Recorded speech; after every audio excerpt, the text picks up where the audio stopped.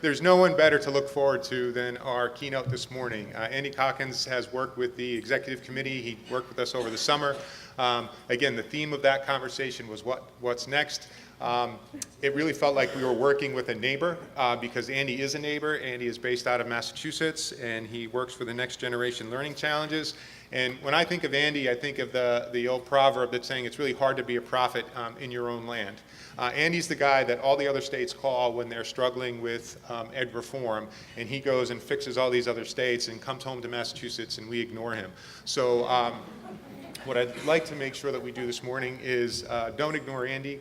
I think he will get into some of his background here, but again, in our vernacular, he's wicked smart, and he will, I think you'll enjoy his conversation this morning, which is 5 reasons why Massachusetts schools can generally lead the nation, and what that would look like if it were true. So we need to just swap out some computers. I want to welcome Andy up, and I want to thank you for your attention this morning. And again, you'll be really pleased, I believe, with Andy's talk. So Andy, come on up.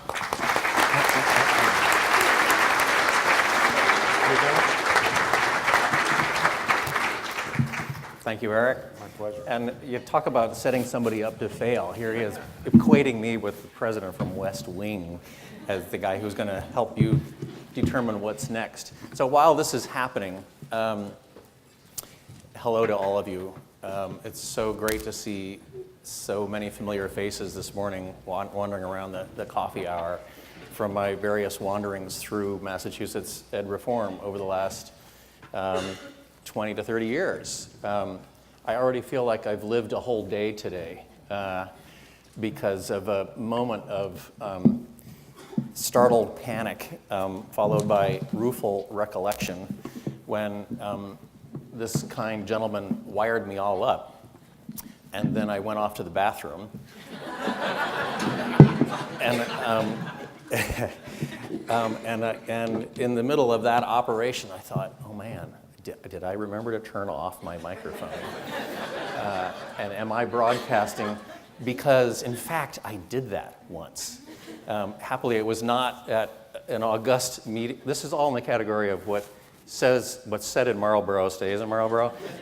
Everything else I say, you can shout out from the hillsides. But this one, it was at a wedding, and I was, thank you, I was the best man for a friend of mine from Australia, and I left the mic on, and everybody experienced the entire bathroom visit, which made, it sort of gave a certain color to the toast that I gave him afterwards. But so I've made a lot of promises in titling this presentation with that title, 5 reasons why Massachusetts schools can genuinely lead the nation and what it would look like if that were true. Mostly I'm going to talk about the first half of that. The second half is really a story that you all and your teams and your communities back home are going to write because we don't quite know exactly what it would look like, and it's going to be different in every state. And we have just enough hubris here in Massachusetts to believe that we could, in fact, be the first state to do it, to really lead the nation in all the things that we genuinely care about. Right now, we lead the nation in all kinds of things, including in education, maybe most prominently in education. But in education, are they the things that we most care about? In my research for this talk, I came up with some really interesting data about what Massachusetts does well, what other states do well, the United States of awesome. Here's what we're held up as. We're known for being #1 in college grads. Good for us. This is great. That's who we are. We're the education state. Here's Wisconsin, right, with the best, apparently, national high school graduation rate. And then there's other stuff. Here are our neighbors in New England, Vermont, healthiest state, least poverty, in New Hampshire, and way up there in Alaska, most equal, whatever the heck that means, not quite sure. Here's Illinois, most average. Now that's really something to put on your button and be proud of. Here's Kentucky, best armed.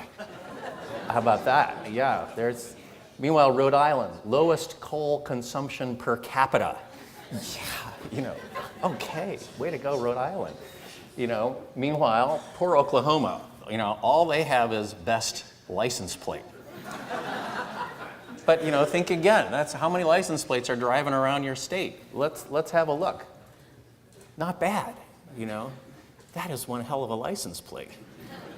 How do we stack up compared to that? We have a ways to go there.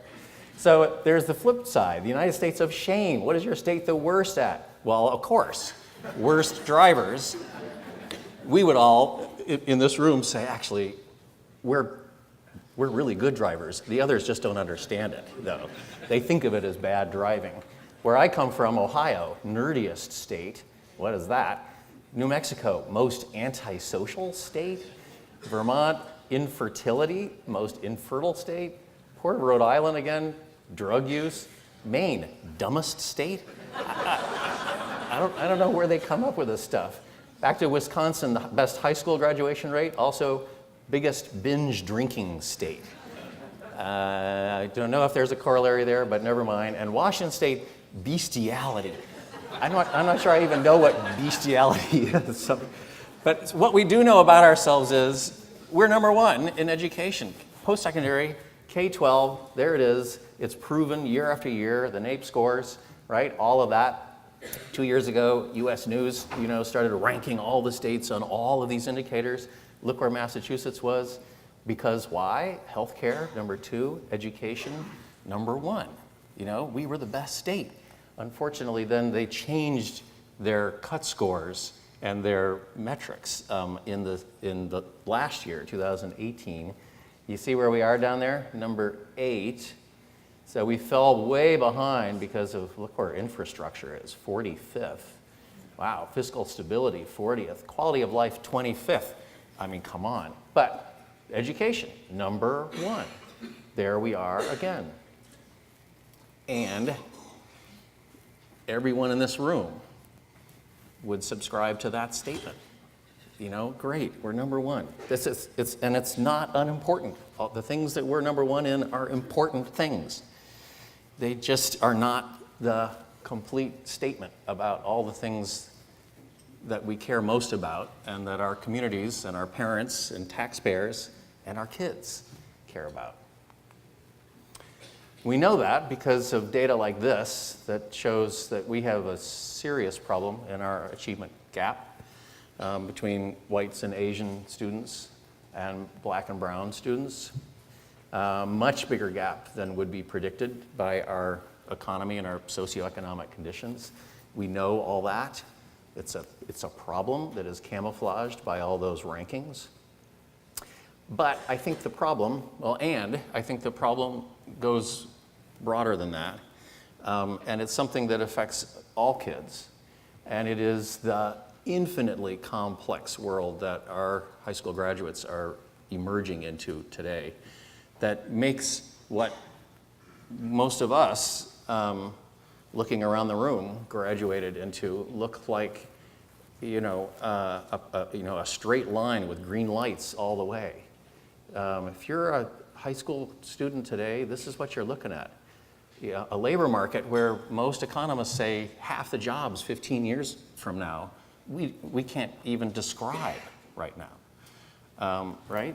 And a work and learning landscape that is so vastly more complex, so many more options, so many more mixtures of working and learning, and degrees and qualifications and everything else, not to mention hiring practices, that, you have to be a rocket scientist 5 times over to really understand how to make a thoughtful, correct decision for your own career plan. And last but certainly not least, the opportunity gap that separates haves and have-nots. We're only really beginning to understand that the things that we used to think of as the separators are important, your access to college diplomas and so on. But social capital, turns out to be, in some ways, a primary arbiter of what happens to you after high school and college. People in the room, many of you have probably read the Globe's valedictorian series that appeared last week. That story was all over the stories of those kids. All these valedictorians from Boston from 2005 to 2007. And you know, how many of them planned to be doctors and not one of them got a medical degree of any kind? Some of them were homeless, you know, I mean, and a lot of it was that no one had helped them understand the importance of building social capital. So I'm going to talk about these one at a time, just really briefly. This is in all of the research we've done for 8 years at NGLC, this may be my favorite website. We're going to make sure you have access to this deck, so you'll have access to all the resources and all the links and everything else that I talk about. Go to this one and use it. It's a cool, interactive website where you can find your own profession and find out how at risk you are, right? And so going up is pay scale, and going to the right is vulnerability, right? The chances that your profession, your occupation is going to be disrupted by automation and other forces. So all those giant red bubbles down there in the lower right, those are jobs that are likely to disappear in the next decade. And it's going to happen that quickly. The thought bubble over most of your heads, I'm sure, is where are the superintendents on this chart? So can you blow it up a little bit? So I'll make it easy for you. That's where you are. Way over on the left, you are like invulnerable. There is no robot that is going to replace you. So we can be glad about that. And same for your teachers. So that's good. That's the axis you want to be on. But so many of your kids are over there on the right-hand side of this chart. That's a problem. In the work-learning landscape, you know, back there, 50 years ago, 270 career fields. And nowadays, you know, triple of that. Number of colleges back then, that number, and now 2.5 times that. Number of post-secondary programs of study, wham! You know, so on the one hand, this is good, lots more choices. On the other hand, are these kids getting any significant degree of greater support to help them navigate this challenge now than they did in the 60s? I'm not sure that they are. Finally, on the social capital one, we all know this sort of instinctively, but there's now research emerging that attaches data to it, right? This is how many jobs people get through contact seen frequently. So your family members, your closest friends, your current employers, that kind of thing. Most jobs are landed through contact seen occasionally. So your broad next concentric circle, right? The people that we know through LinkedIn or through, you know, superintendents that I have known for 20 years but haven't seen for 20 years, but you're still sort of part of my social network. And finally, jobs landed through contact seen rarely. This is all huge. This is the way the employment market works. And as things get more fluid and more agile, and the sort of traditional pathways into careers start eroding, this is only going to become more important.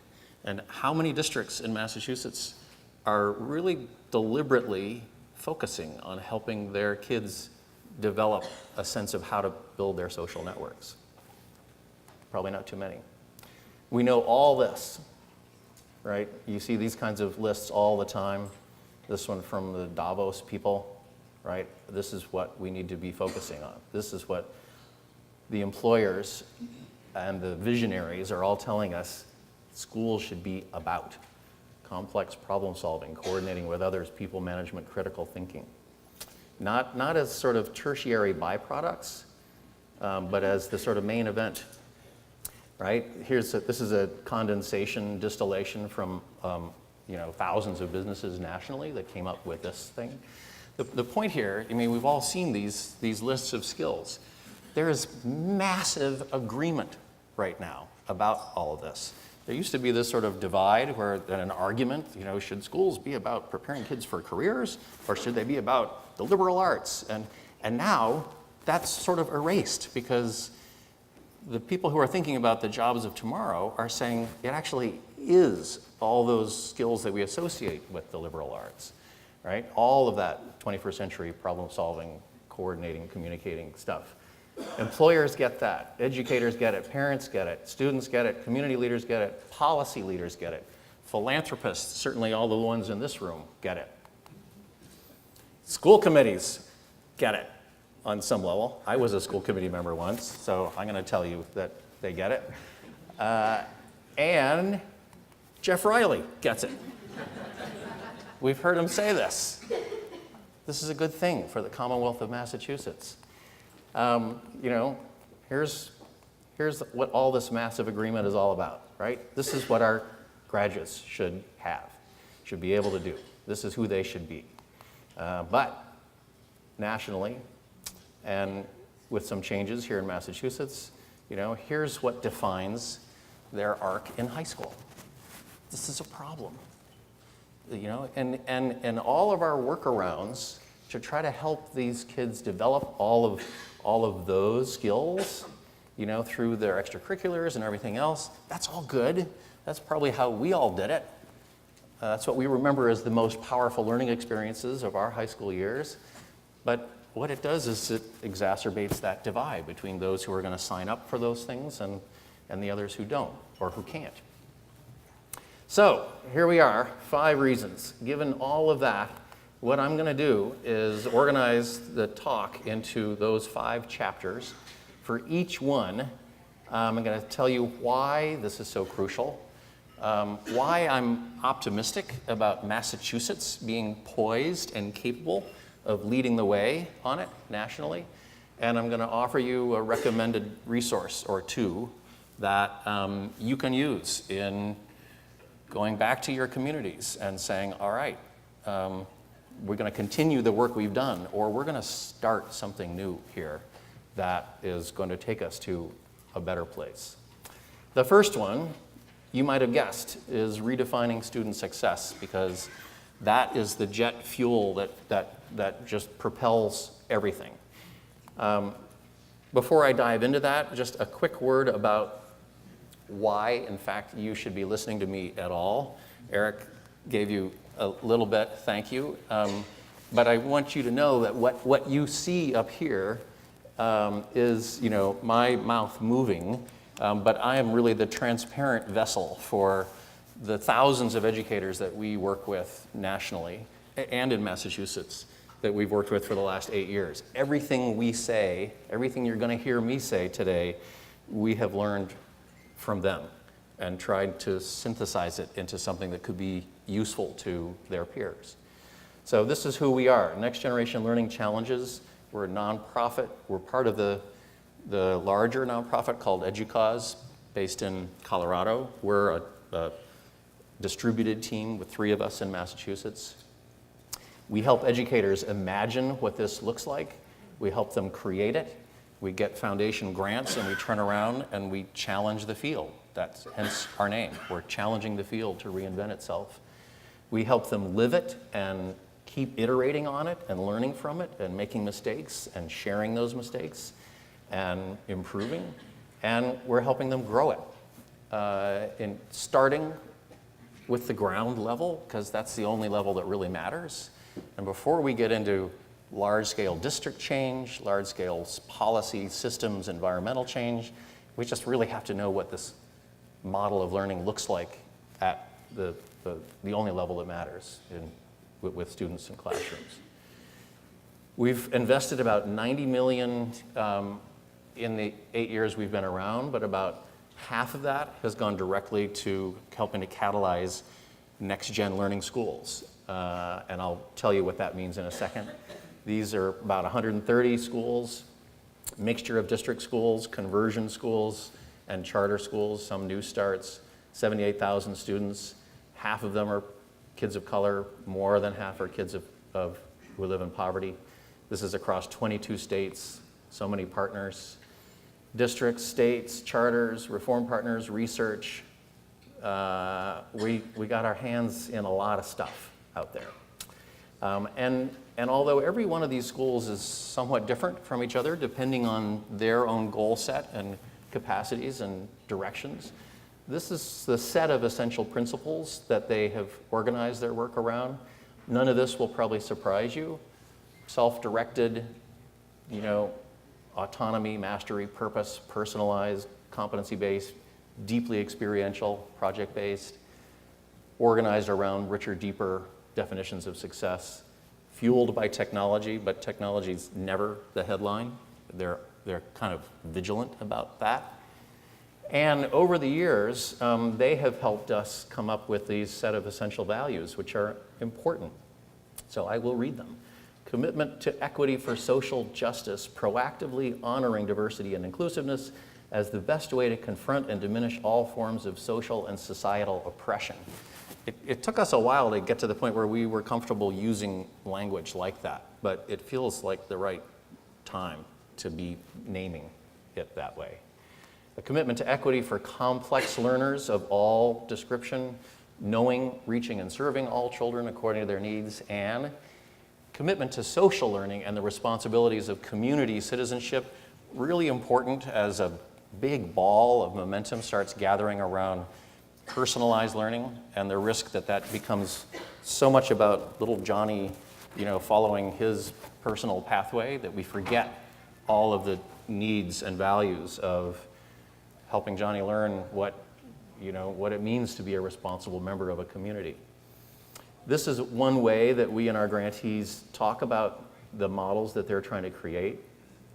A lot of traditional public education teaching and learning, amounts to, work up and down that third baseline, Bloom's thinking skills.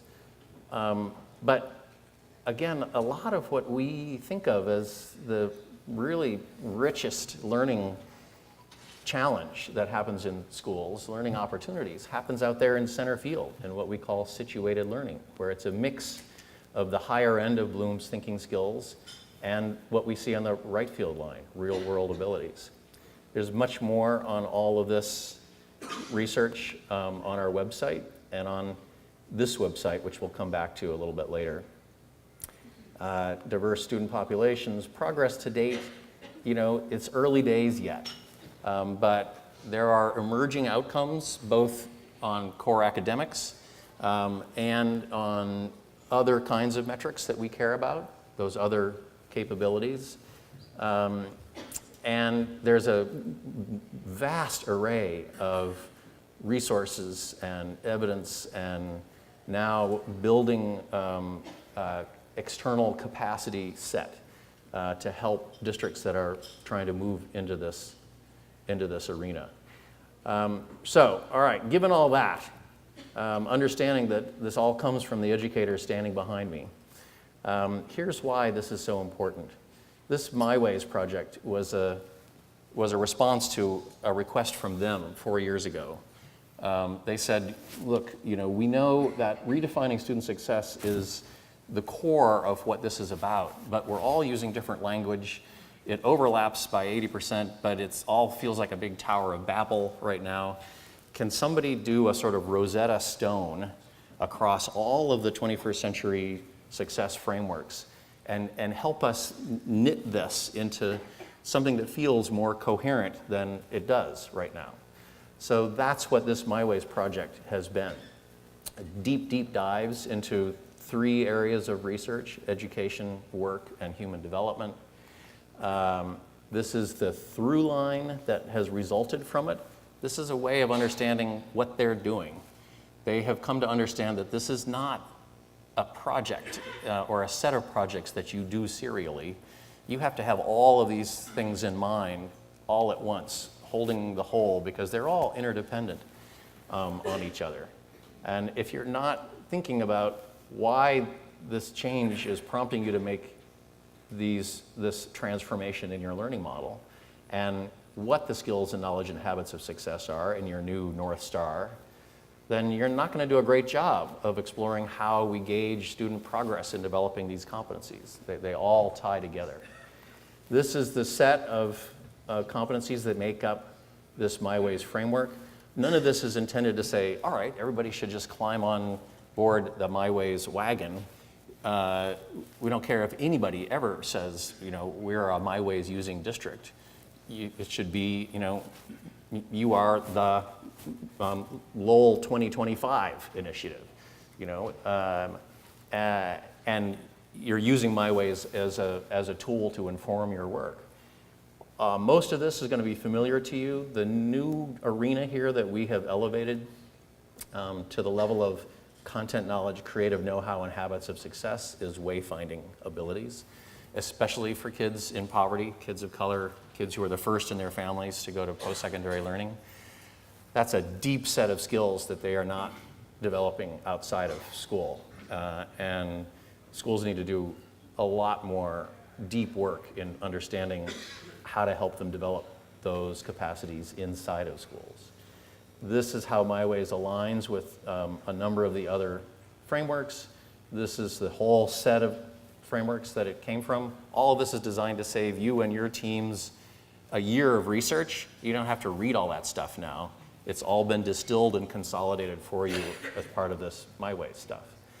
A whole lot of tools have come out of it. This is a sort of graphical depiction of an IEP, really, of a student success plan that is a more holistic one than the ones we normally tend to use. So that's why this is so crucial. Why am I optimistic about Massachusetts on this first one? Well, partly because we've already done a lot of work on this. There is great stuff that's been done and is both being activated statewide and is articulated pretty well on the DESE site and in other websites around the state, right? You know all this better than I do.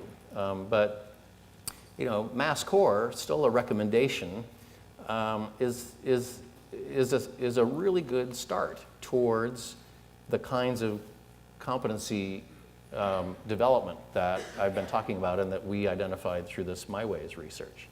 And there's a lot of kids who are experiencing some locally shaped version of Mass Core, so that's all good.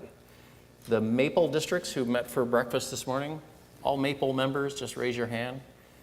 Yeah, this is a cohort that is really energized around asking all of the questions that I'll be asking over the course of this hour with you. And they're producing some great stuff. And David sent me, the folks behind Maple sent me all of the district plans that they have spent the last couple of years developing. All of the superintendents on the panel that will follow me are Maple members. This is like the point of the spear, this group right here. Sitting right next to that point of the spear and at this level of outrageously ambitious school redesign is an initiative that Barr and Nellie Mae are funding us to do called Mass Ideas. Right now, today, the first cohort meeting of the first set of planning grantees is taking place about half an hour's drive away from here. So all of these folks have committed to fundamentally reimagining their school model, all on the theory that we've been working around nationally, that among all the many things that have to happen to make this work at the level of a whole ecosystem, a state, you've got to have local exemplars that people can visit without flying to San Diego or Denver or Chicago. And that are sort of setting the tone as lighthouse schools. These are the districts that are committing to figuring out what that looks like. This is a quote from one of those participants, Mike Buonacani. This is for you if you're here in the room. There we are. Yes, Marissa said you would enjoy seeing that. This is the slide that they're using to help kickstart their discussion over there this morning. A recommended resource in this category, if you haven't read The End of Average, make it your next book. It's not specifically about education reform, but it will change the way you think about how we got to the place that we're in. show of hands, how many people have read that book so far? Yeah, a good number. But read it and then think about using it to start a book club among your leadership team, because once you read it, everybody's going to want to read it. The other resource is the web URL for Next Gen Learning's My Ways. Just go to nextgenlearning.org and you'll find it. There's a lot there. Okay, number 2, we can transform learning, right? Alongside of redefining success is the infinite complexity of this work. You don't need to hear me say why it's so crucial, but it might be helpful for you to understand how your peers in other states have dealt with all the same kind of dynamics that you are grappling with, right? Everybody in this room has heard versions of all of these yeah buts that make it pretty hard sometimes to move this rock. It's not what we're being held accountable for. That's a big one. It's not the game the colleges are playing. That's a big one, especially in affluent districts. All of that sort of stuff. I'm going to take you on a couple of quick virtual tours of some districts nationally, 3 or 4 of them in this talk. This one is Vista. It's a district of about 25,000 students. It's like every band district. It is at the average in terms of poverty, in terms of kids of color. It's sort of ex-urban outside of San Diego. They would be the first ones to say they haven't nailed it yet. They got a long ways to go. But they are deep in it and in it for the long haul. And they have organized themselves around a sort of deep through line of commitment, back to that through line graphic, that starts with this performance framework and their focus on what they call personal learning and creativity and critical thinking. Last year, Barr Foundation enabled us through our Learning Excursions program to take about 60 educators from Massachusetts to Vista and some other places in San Diego. A couple of you, I think, were on that trip. Here is a short 2-minute video about what that felt like. It's really exciting to have the NGLC Next Generation Learning Challenge visitors here. There are 60 individuals that are educators throughout the nation celebrating with us this transformation from a teacher-centric approach to learning to a learner-centered approach, where students gain control of their learning and have agency in how they learn and how teachers can become activators of that learning in meaningful ways. Our focus with NGLC is to make sure that we continue this collaboration with educators both in California and across the nation. To see middle school students engaged in that level of depth of work and quality of work and really embracing and owning their own projects in such a deep way was really inspiring. They're able to kind of track their progress and still have a time carved out in the day for them to be able to say, okay, I need this time to work on, X, Y, and Z. So I think that's transformational. It was inspiring to listen to the kids talk about it because you could tell that they were more invested in their education. I think they did the most comprehensive explanation of why they're moving in the direction that they're going in. So knowing that the economy is changing and then figuring out how to train students to be career ready. I think the way the district is thinking about it very strategically from an entire district-wide approach in a fairly large district is very thoughtful, and I think that can be applied to a lot of the districts we work with. They were able to look at the bigger picture and say, okay, if we want to do personalized learning, what do we need? And they have this plan. They have a foundation where they need family and communities to be engaged. I have yet to see, I think, a district that is approaching personalized learning in such a way where there's such just cohesion that goes right from kind of the top down and the bottom up.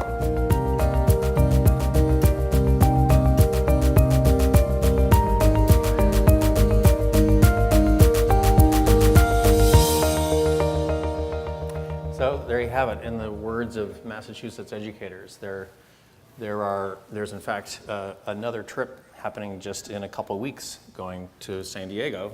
high-tech high. I'm not sure if you're going to Vista or not. And this is a whole series that we're running over and have for the last 2 or 3 years. One of the things that they're doing is investing deeply in understanding what truly well-designed project-based learning looks like.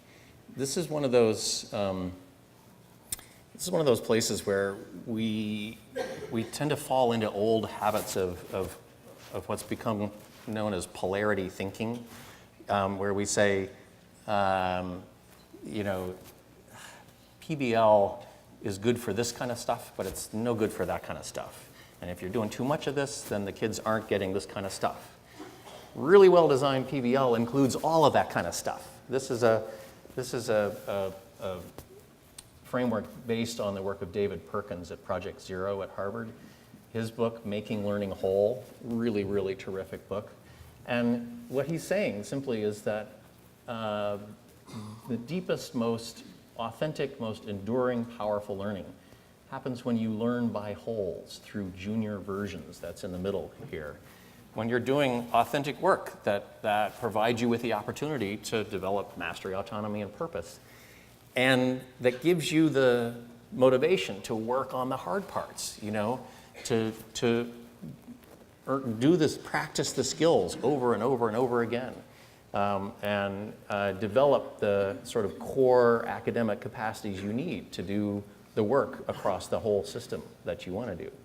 Same thing in the realm of assessment. I won't spend any time here, but there's a lot of work going on nationally around new forms of assessment. Many of our grantees aren't even using the word assessment anymore and testing. They use evidence. They say we are in the evidence gathering business because evidence carries a whole different set of connotations than assessment, which has sort of been hijacked into one place that means state accountability-driven testing. All of this is going towards, turning classrooms that too often look like this into classrooms that look like that, and classrooms that have looked like this for a generation or 5, to classrooms where there are 5 different learning modalities going on, with kids in deep engagement in all of them. Environments that treat kids like adults, like the practice adults that they are, so that they're not being asked to suddenly make choices the minute they graduate without any practice having made serious levels of decision making before then. Lots and lots of maker stuff going on in these places. Here's one more story. This is from a grantee of ours in Nashville, Valor Collegiate. They are taking on one of the other polarity thinking things where we tend too easily to say, all right, schools that are really focusing hard on all of the quote-unquote soft skills, all the social emotional learning, all that, they're inevitably sacrificing some development of what we have traditionally called the hard skills, the academic skills. These guys are proving that, in fact, to be not the case. At Valor, our mission is to empower our diverse community to live inspired and purposeful lives. When I think about what's most important with my own kids, I want them to have a real deep sense of who they are, to have a sense of purpose in their lives. So there's a lot of elements that go way beyond what I would call academic capacities, and that's definitely fueled the design of Valor. Some of the other models, I think they start with what does it take to be successful in college or in a career, and kind of back it down from there. Our model actually takes a different perspective and recognizes that by developing a whole human's capacities, success and achievement in those areas and in other areas is actually a byproduct. So we went back to a very simple model, which is essentially a mind, heart, body, spirit model, and really thought about what would it mean to develop ourselves in all those different core dimensions of what it means to be human. We love the idea of the compass because it's such a powerful metaphor. Every scholar and every adult in the building is really working to develop their own balance compass, which is their own way of making their way through their life or their day and helping them connect with their purpose and lead the type of lives that they want to lead. We took the dimensions of the compass, or what it means to be human, and then we laid a layer of what we call compass disciplines over the top. So at the top you'll see there's sharp mind, which is what excellence looks like in the mental dimension, big heart, which is what excellence looks like in the emotional dimension, noble purpose, which is the spirit dimension, and aligned actions, which is the physical dimension. And then in the middle there's kind of the balance point, or the center point, which we call true north, and that's the point where you balance your heart and your mind, and you balance your spirit and your body. So when we designed the school, we really wanted the compass to be at the center of all the different elements of our school, and I think we've been largely successful in that. Our discipline system, for example, is really built around this idea of being on compass or off compass at any time in our life. When you're off compass, thinking about ways that you didn't live up to your purpose and commitments, and repairing relationships and getting back on compass. Our academic classes are getting more and more integrated with the compass language, and we align essential questions. We align a lot of the academic work that kids are doing to the compass framework. We've really taken our compass and applied it to all the different elements so that it's deeply integrated into the fabric of the school.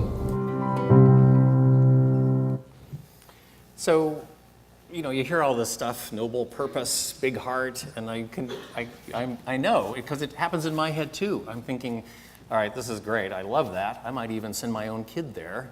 But are the kids really learning what they need to learn in the way of raw core academic skills, especially when the fifth graders they're getting often have barely third grade level skills. More than half of their kids are in poverty, more than half are kids of color. They're charter, but they're open enrollment, so it's all lottery. They get whoever comes out of the lottery system. But these are their results. Top 3% in all of Tennessee, right? Top, middle school in all of Nashville. And the last one, low-income scholars there outperform their middle and upper income peers in Nashville and the state of Tennessee, inverting the achievement gap.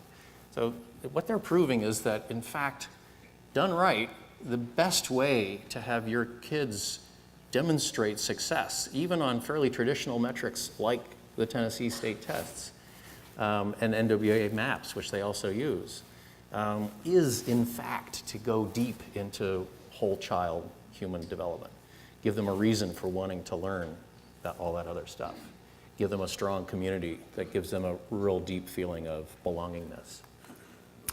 This other district, many of you might have heard of, they've emerged as a sort of a poster child. Lindsay, California, 100% student poverty, really a troubled district, but 8 years ago they committed to this performance-based learning and have stuck with it ever since. And after starting from a pretty bad place, a typically challenged, underperforming, high poverty district. This is in Central California, big agricultural community. They are just succeeding like crazy across lots of metrics, including discipline, including achievement, including graduation, including early signs of persistence once their kids actually go to college. So, this can be done. And it's being demonstrated nationally. And places like Lindsay and Valor are trying to set themselves up to be useful to you. They would say, don't come to us and say, we want to do just what you've done. You can learn from us, but you need to do the right strategy that works for your context, your capacities, your local history, and your culture.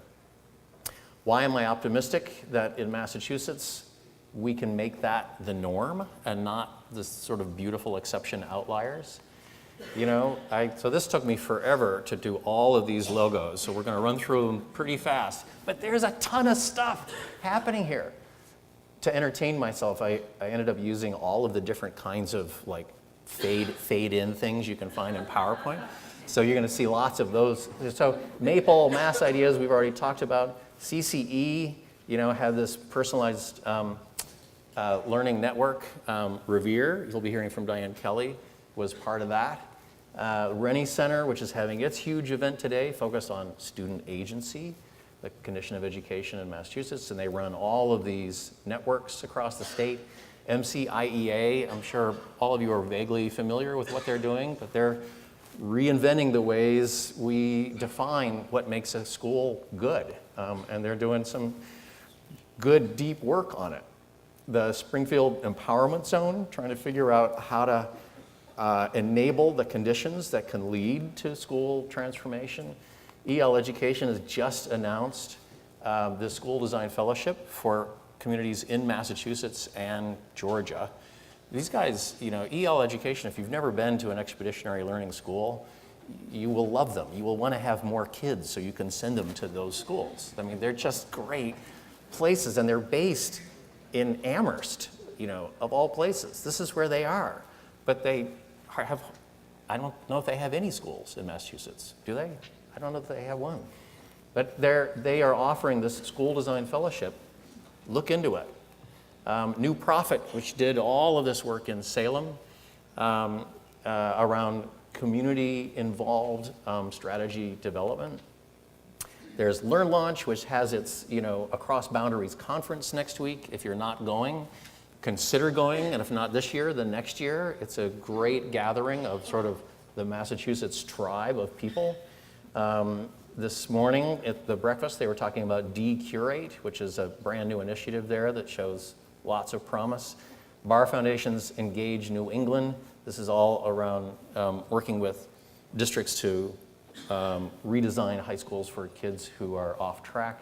Nellie Mae, which created Students at the Center Hub, which has a ton of resources. Transforming Ed, working here in the state and with the California core districts. JFF, which runs the Students for the Center Hub. Lots and lots of stuff coming out of DESE.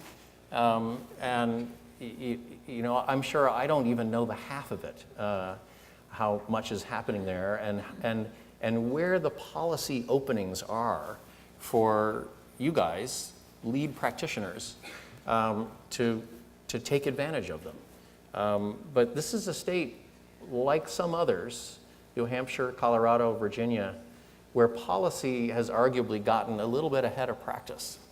There's more latitude to make these changes, perhaps, than many of you are understanding at sort of first glance.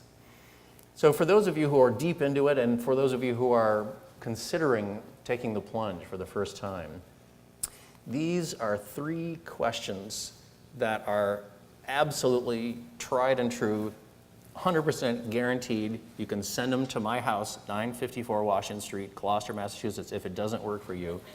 Money back guarantee as great conversation openers, because the same thing happens every time.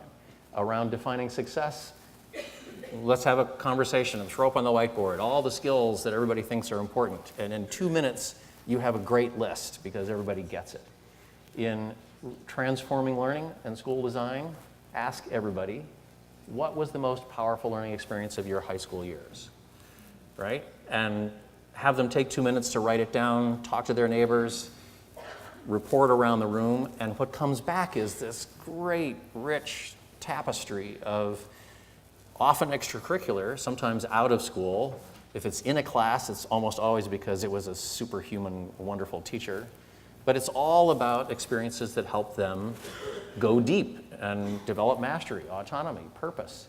Even in the realm of rethinking assessment, we know stuff that is not reflected in the systems that we're part of. We just know it through our own personal learned experience. Here's the question: what's something you're good at, and how did you know you were becoming good at it? It's a simple question, you know, but you know, I'm a cello player. How did I know I was getting good at that? It wasn't from taking tests, you know, it was through 10 different forms of performance-based measurement, although I wouldn't have known to call it that at the time. Everybody has something like that that they can name and then go backwards and say, yeah, how did I know I was moving from novice to intermediate to, and they get it. They get it, that the work of assessment as part of the learning process maybe should include some testing at some level, but testing is really not the most important element in enabling the kind of learning that we're talking about here. Once you get people connecting with each other on this level of their own shared personal learning experience, then you can move into discussions about how you can redesign schools so that they reflect what people already know, right? Recommended resources in this one. What School Could Be. This book is pretty new, but it came out of Ted Dintersmith's work. Everybody's seen Most Likely to Succeed, the High Tech High movie? Show of hands. Yeah, if you haven't seen it, good, lots of people have. It's also a really good community resource, a great excuse to kick off a conversation in your community. These are two efforts nationally to take the work of all of the school and community redesign pioneers and curate them and put them in a place so that you don't have to go searching for it yourselves. Learn Next just announced about 5 months ago, and the Learning Accelerator, which has created this thing called the Learning Commons. In the version of this that we'll make available to you, I'll try to just embed the links with these icons so that you can just click to your heart's content. And I encourage you to do that. All right, so brief timeout for science lesson. 3 essential elements for all organic matter. Speak to me. What are they? Carbon. Did I hear somebody say carbon? Good. And hydrogen. Yes, excellent. You guys are so good. Oxygen. Wow. See, Massachusetts, #1. Here we are. Yeah, all organic matter composed of those 3 things, plus a little bit of nitrogen, but never mind. So, okay, what have we got? Redefine success, transforming learning, and what would be the third one?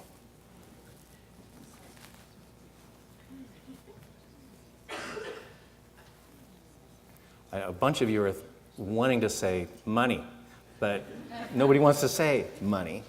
Money is important, but I have something else in mind. This, again, is something that we're learning. In order for this to work, the first 2 are obviously foundational. You know, gotta have them. They're what the work is all about. If you're not reimagining the change process so that the adults are experiencing the same kind of agency-driven culture that we're imagining the kids being part of, then this is not going to work. If the adults are carrying this out within a culture of hierarchy, compliance, rule following, procedural lists, and trying to get to a model of learning that is all about enabling agency and self-direction on the part of kids, those 2 things are just too incompatible with each other. So to demonstrate what I mean by that, I'm going to tell you 3 fast stories from our national experience. This comes from a school called West Belden in Chicago. It's a K-8 school. They've become quite a national exemplar, big poverty school, lots of issues, and then again, 5 years ago, they made the turn. And they did it in 3 cohorts of teachers at their school. This is about an 850 kid school. The first cohort, lots of messiness, trying to figure out what their approach would be, lots of rapid prototyping, iterating, changing. And then they got to a place where they said, all right, it's time to bring in the second cohort. And they did that, and more of the same, all of that sort of stuff. Everybody was all in trying to invent what this was. By the time of the third cohort, they were feeling pretty damn good about themselves. They were getting visits from people in Massachusetts and Singapore and all over, and saying, all right, I think we got this. So 3rd cohort people, watch what these folks are doing and do that. See, it's as easy, look. And it was a catastrophe. And they said it set us back like a year and a half because we didn't understand that half of the value in the work that was being done by the first 2 cohorts was that they were inventing it themselves, they were owning it themselves, they were being vulnerable and experiencing all of that messiness themselves. And if anything, the third cohort folks, who are the ones least likely to raise their hands, are the people who need that kind of participation the most, right? And so here's their lesson. Everyone needs to feel that they're part of the pilot, because it's all a pilot in this work, right? It never stops being reinvented, and it's part of the kind of message that we want to bring to the kids, right? And in most of our schools, the kids are all part of this re-examination of how the school is working and how they can all be part of helping it to improve. Story number 2, NGLC in Oakland. This was a partnership with the Rogers Family Foundation, introducing schools in cohorts into next generation kind of transformation processes. They found over their first couple of years of doing it, what was reported by SERPI in this report, which came out last year. If you haven't read it, I really encourage you to do it. It will be bracing for you. It'll be like stepping into a really cold shower, because they spent 2 years going to hundreds and hundreds of classrooms in districts and schools that were getting lots and lots of national support, and arguably should have been the places where they were seeing this happen in the most genuine way possible. And what they found, they said, was an awful lot of what they called transactional learning, which was sort of the equivalent of, teachers.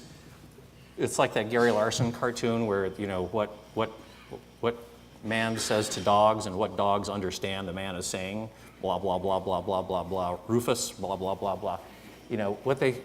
It's those teachers saying, all right, what I understand you to say is I should rearrange the furniture in my classroom, have this station over here, this station here, and this one here. The kids are moving.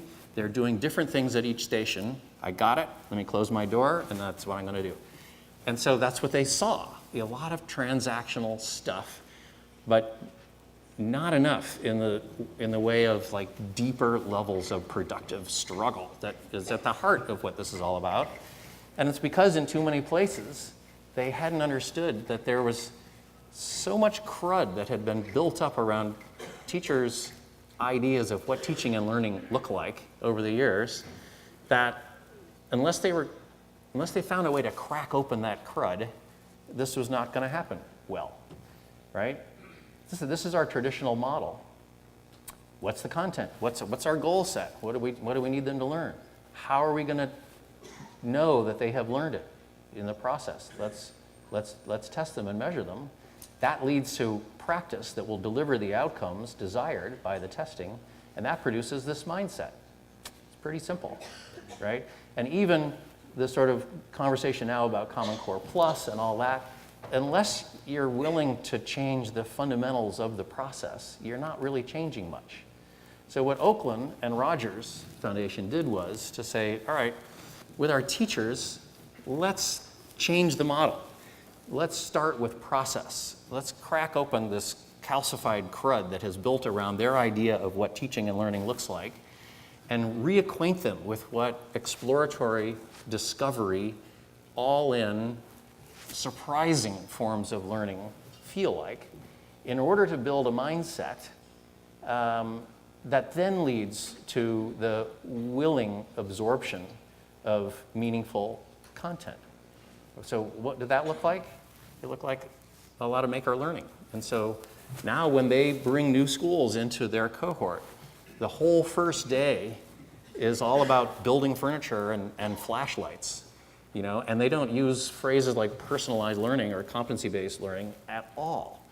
And we've experienced this. We took a bunch of grantees out there, including some from big districts like Dallas, and went through this whole experience. And it was so interesting to watch some of the teams, dive right in. Let's make flashlights. And some of the teams, including one I'm thinking of in particular, just got all sweaty and agitated because they just said, just give us the instructions. We know this is stupid. You could tell us how to do this. We could have it done in 15 minutes. And then as they watched what was going on around them, they got even more sweaty and anxious, because they said, well, shoot, there's something going on here, and maybe this is the feeling that we're giving to our kids every day in the methodology that we're saddling them with. And by the end of it, it was like exploding light bulbs above their head because they came to understand something about themselves.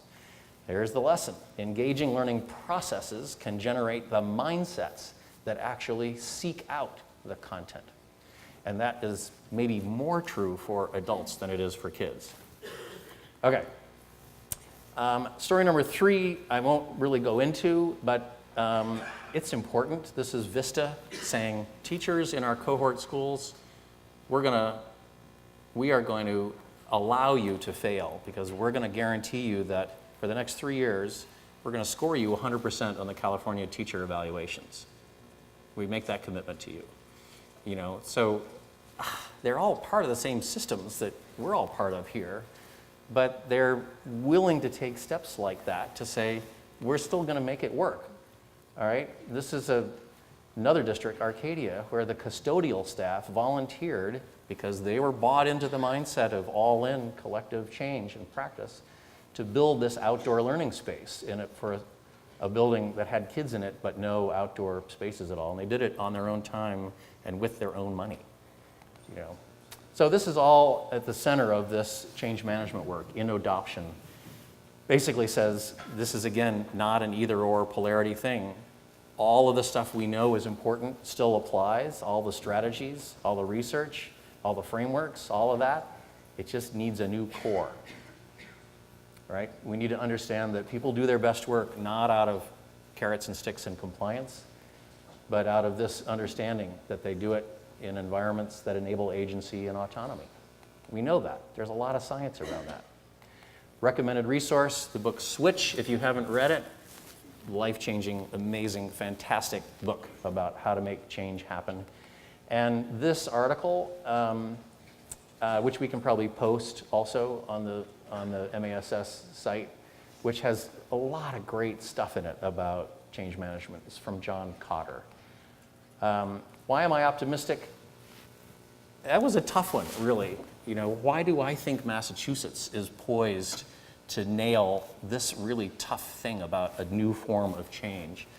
But I think we are, and I think it because we know how to do the cube part of all this. That's where we have lived. That's like what we do.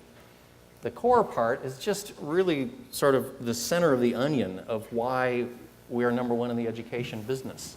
It's just unpeeling the layers of that onion and going to the real truths behind what education is all about. All right, here we are with what is emerged as a model, redefining success. This is the tetrahedron. Transforming learning, reimagining the change. There's another one, the base that powers all 3 sides of this thing. That would be? Oxygen. Say again, louder. Oxygen. Oxygen was, no, this is the nitrogen part. Oxygen was reimagining the change. This is, this is making this a whole, all-in community effort. This is not about heroic saints and leaders sacrificing themselves on the altar of change. This is about enlisting your communities in doing this work together. That's how it's being done out there. This is design thinking. These are the kids that produce this new model vacuum cleaner, solar powered for whatever it is. But it came out of a district that we've gotten to know well outside of Denver called St. Vrain. Like Vista, another sort of mixed district with lots of the same issues that everybody has going on. They are deeper into community levels of engagement than any district we've ever come across.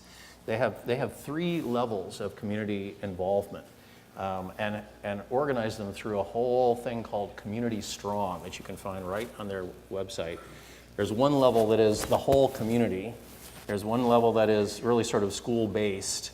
And there's one level that they honestly use as a way to identify superstars who would be good candidates for school board at some time. So, you know, they're thinking 6 years ahead of when there's likely to be a vacancy on their school board and elevating people from the first 2 levels to be the kind of school board members that they would like to have. I mean, that's how sort of all in community and also Machiavellian they are, you know, at the same time, to try to ensure that this all hangs together, you know, and there's great stuff happening as a result. This is their new definition of success. It's going to happen with the class of 2021. And this, I'll just play a little bit of it. This is the kind of expression that they're bringing to their community, right? They're not forcing everybody to connect with them around personalized learning and lots of geeky, you know, education jargon stuff. You know, this is what people in their community are hearing.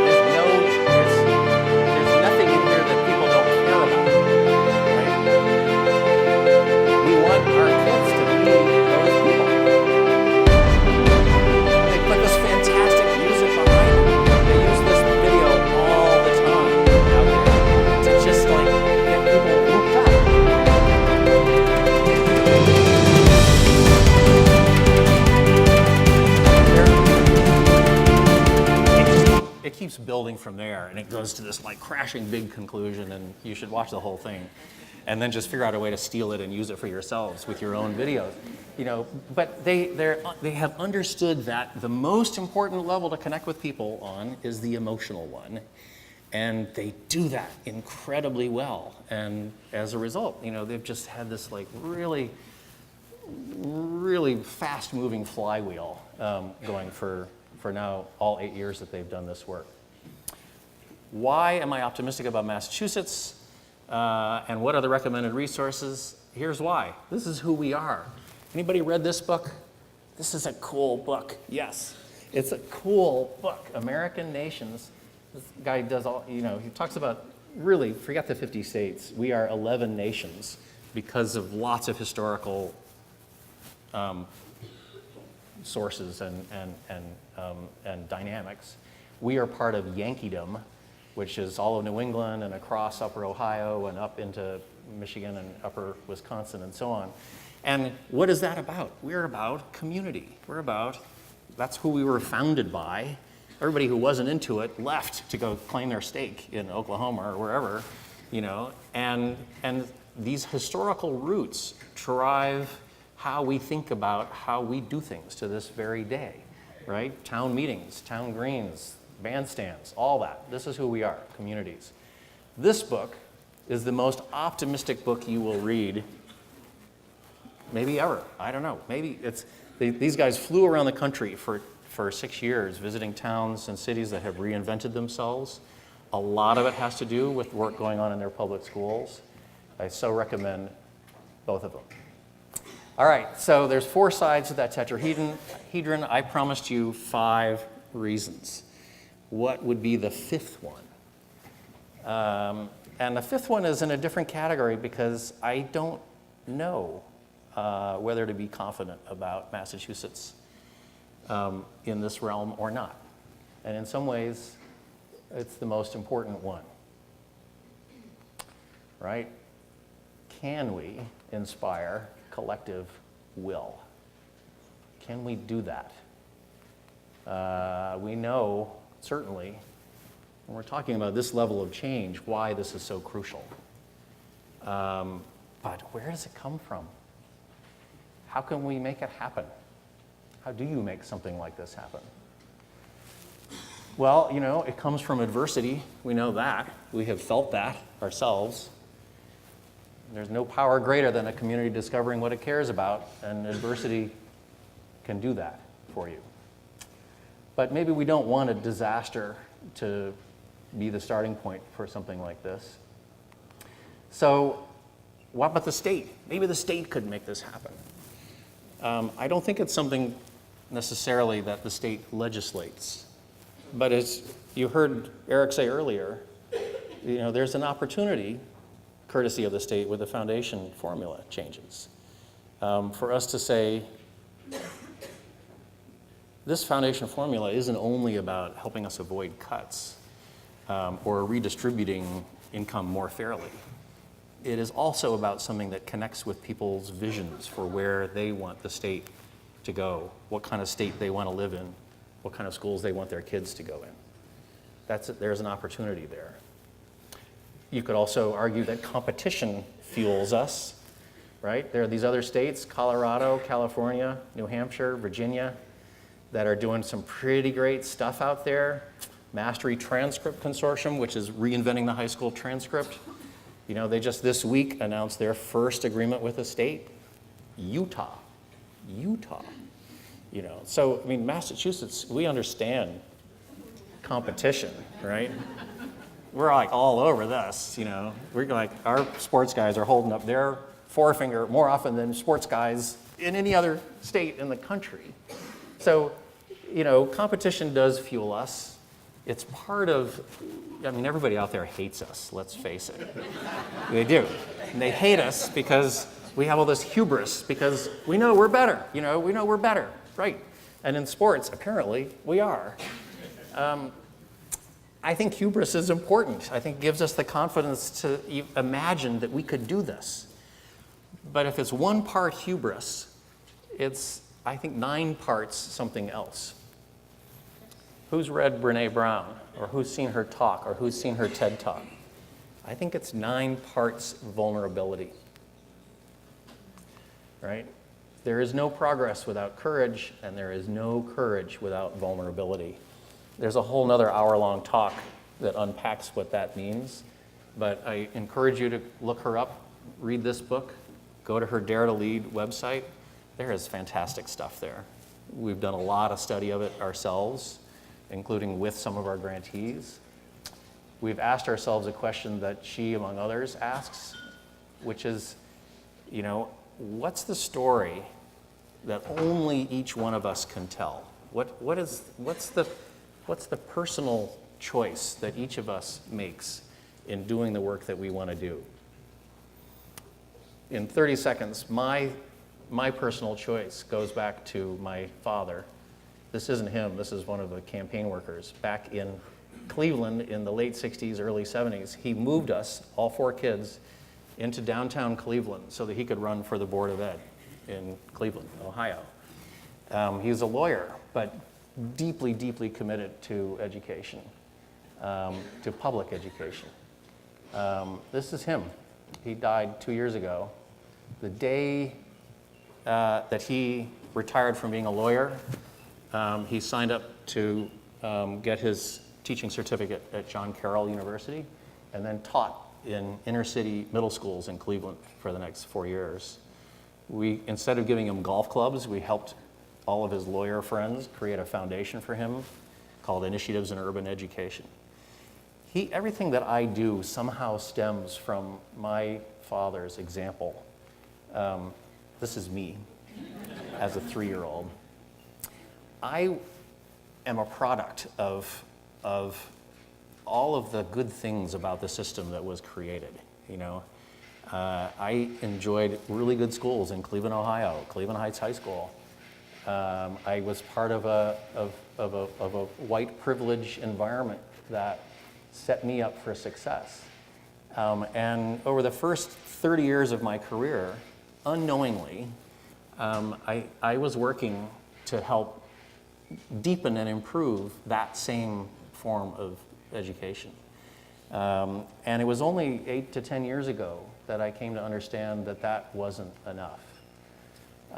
And that we're at a place now where we need to rethink everything about how that system was created and what it does for some and what it does to so many others.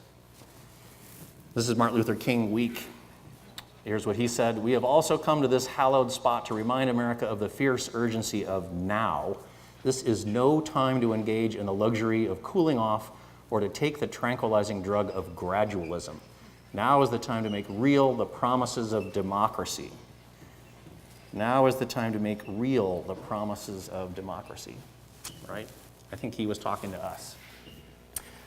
Last slide and last resource for you, coming up next month, is an easy way for you to show some vulnerability.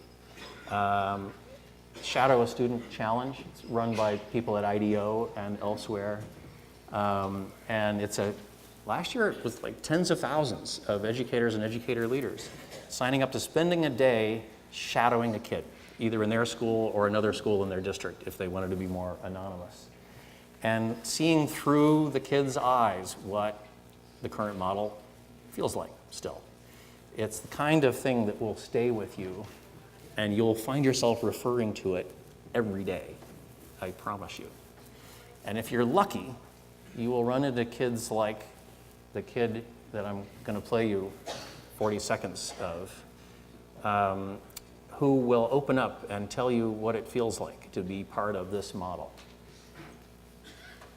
How does police brutality affect the perception of law enforcement in African American communities? What I really felt was important was to find those different perspectives and find different stories from different people and see both sides. Because like I went into it kind of biased, being African American and living in some of those areas.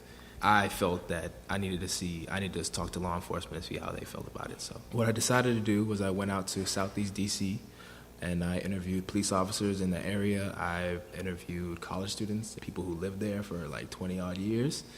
And I just saw their perspectives on how they feel about the law enforcement in their neighborhood. How do people in the neighborhood perceive them? Ever since I could remember, it was always, I sit in a classroom and I'm told what to think. Like I'm told this was going to be on a test and I'm told that this is how I'm supposed to do this and this is what I have to learn. I got to learn, teach myself and research myself and actually find something that I was passionate about and that I cared about so much that it made me find my own way in how I learn. That was one of the biggest things for me. So I had to learn how to interview. Like I had to learn how to get people to open up to me and tell me their story. So that was one of the biggest things. Like it was hard. It was hard. As Tom Hanks says in League of Their Own, it's supposed to be hard. If it weren't hard, it couldn't be great. I think Massachusetts is ready to be great on this. I think we can do it. Thank you.